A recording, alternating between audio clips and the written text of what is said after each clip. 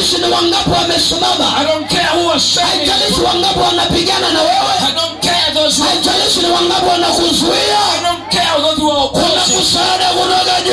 There is help coming from heaven. Hiyo msaada ikikuja, When that help comes, kila jeshi linalopigana na wewe litarudi nyuma. that is fighting will go back. Kila jeshi Every army linalopigana na wewe that is fighting against you, litarudi nyuma. it will go back. Unajua kwa sababu gani? You know what is the reason?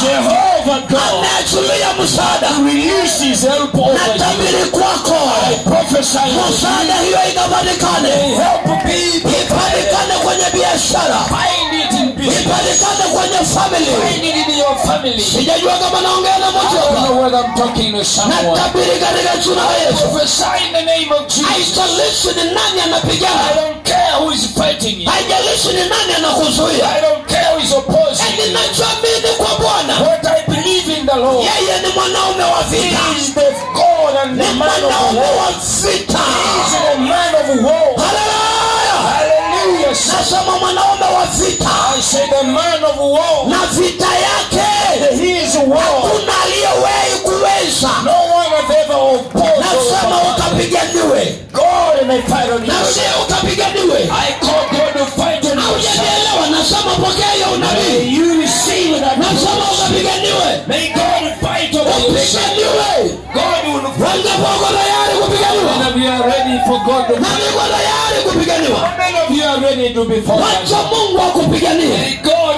fight on your behalf. Wacha Mungu akutetee. May God protect us. Wacha Mungu